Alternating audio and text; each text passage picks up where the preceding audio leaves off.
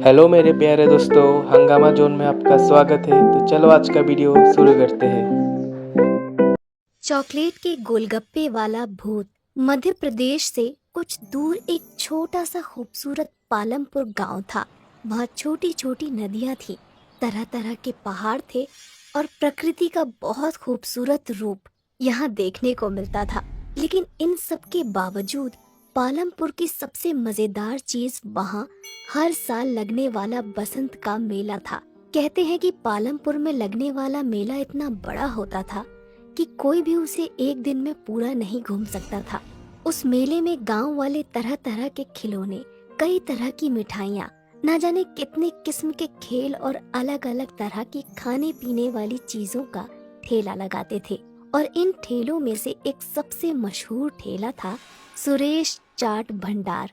4 पहियों की इस ठेले पर सुरेश चाट पापड़ी, टिक्की और गोलगप्पे बेचता था। लेकिन बाकी सभी चीजों से ज्यादा लोगों को सुरेश के गोलगप्पे पसंद थे। मेले में हर रोज सुरेश ठेला भर कर गोलगप्पे लेकर जाता था, लेकिन शाम होने से पहले ही उसके सारे गोलगप्पे बिक जाते थे। काफी बड़े बड़े लोग सुरेश को हराने की कोशिश कर चुके थे, लेकिन कोई भी उसे हरा ना सका, क्योंकि उसके गोलगप्पों की बात ही अलग थी। सुरेश के साथ उसका एक 12 साल का बेटा माधव और एक 16 साल का लड़का रोनित रहता था। रोनित सुरेश का बेटा नहीं था, पर पिछले साल एक दुर्घटना में अपनी बीवी को खो देने के बाद सुरेश ने अपना हाथ बटाने के लिए रोनित को साथ रख लिया था। रोनित अनाथ था। मेले में सिर्फ एक दिन बाकी रह गया था। सुरेश और रोनित दोनों तैयारियों में लगे हुए थे। सुरेश जल्दी जल्दी गोलगप्पे तल रहा था। तभी उसकी नजर माधव पर जाती है, जो बने हुए गोलगप्पों के साथ कुछ कर रहा होता है। माधव बड़ा ही चंचल होता है। वो गोलगप्पों में कभी कुछ मिला देता तो कभी कुछ। माधव को देखकर सुरेश कहता है, अरे मेरे साइंटिस्ट अब क्या कर रहा है गोलगप्पों के साथ? 1 मिनट पापा। माधव ने गोलगप्पों में थोड़ी सी हल्दी, मिर्च और धनिया डाली, फिर उस पर दही डालकर कहने लगा, ये लो, ये बन गए चटपटे दही वाले गोलगप्पे। जब तू गोलगप्पे बेचेगा ना, तब ये सब नुस्खे अपनाना। अरे माधव, पढ़ लिख कर गोलगप्पे क्यों बेचेगा? क्यों? क्या खराबी है? काम इंसान को छोटा बड़ा नहीं बनाता, बल्कि इंसान काम को छोटा बड़ा बनाता है। अच्छा, मतलब ये गोलगप्पों में मिर्च धनिया भरकर बड़ा इंसान बन जाएगा? क्या पता बन जाए। तुम्हें पता है, माधव जिस उम्र में है, उस उम्र में एक इंसान का दिमाग सबसे ज्यादा तेज होता है। वो ये सब बातें कर ही रहे होते हैं कि तभी माधव चिल्लाता है, ये देखिए पिताजी, मिट्टी के गोलगप्पे। ये देखकर रोनित हंसने लगता है और कहता है, अगर गोलगप्पे में मिट्टी मिला देना दिमाग है, तो अच्छा है मेरे में कम दिमाग है। अच्छा चुप रहो, वो हरी वाली पोटली लाकर इस पानी में मिला दो। मैं बाहर काम से जा रहा हूँ, आते हुए रात को देर हो जाएगी। ये कहकर सुरेश वहाँ से चला जाता है और रोनित पोटली के पास चला जाता है। वहाँ 2 रंग की पोटलियाँ होती हैं, एक लाल और एक हरी।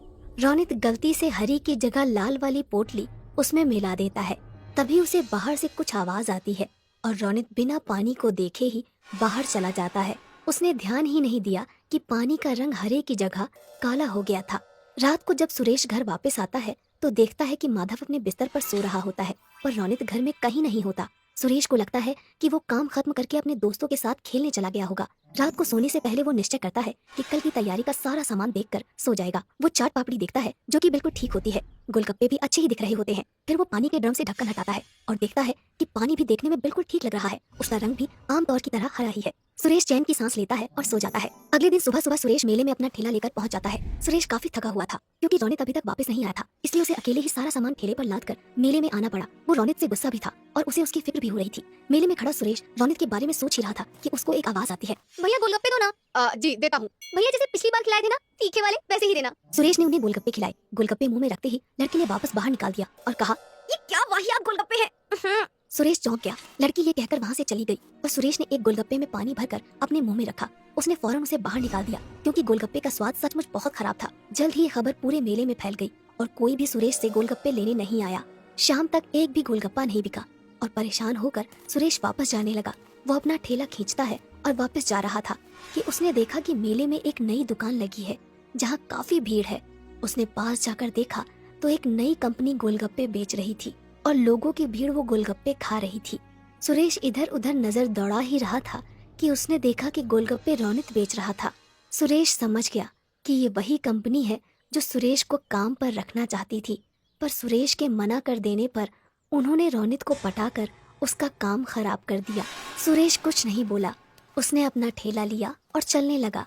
उसे इस बात का दुख नहीं था कि उसके गोलगप्पे नहीं बिके, पर इस बात का ज्यादा दुख था कि जिस रौनित को उसने अपने बच्चे की तरह पाला उसने उसे धोखा दे दिया। यही सोचते सोचते वो घर पहुंच गया। उसे देखते ही माधव बहुत खुश हुआ और बोला, पापा, आप इतनी जल्दी आ गए और सारे गोलगप्पे वापस क्यों ले आए?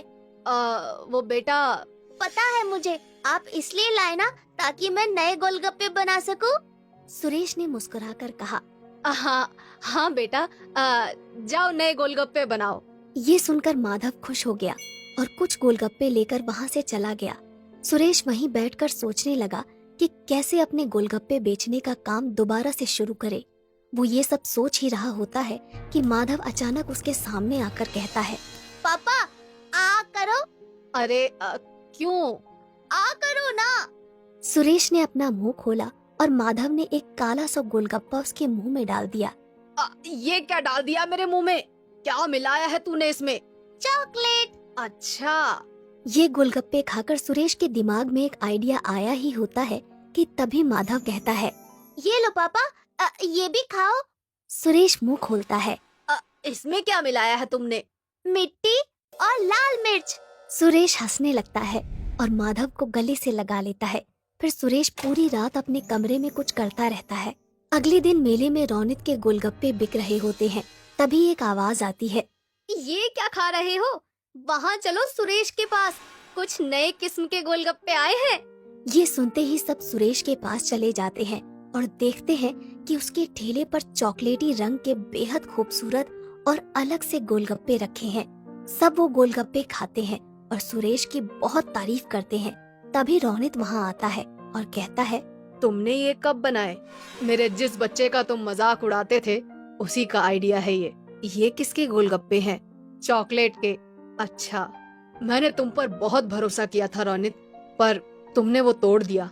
रौनित कुछ कहने ही वाला होता है कि अचानक भीड़ से आवाज आती है, और गोलगप्पे दो भैया। अरे भैया, और गोलगप्पे तो खिलाओ।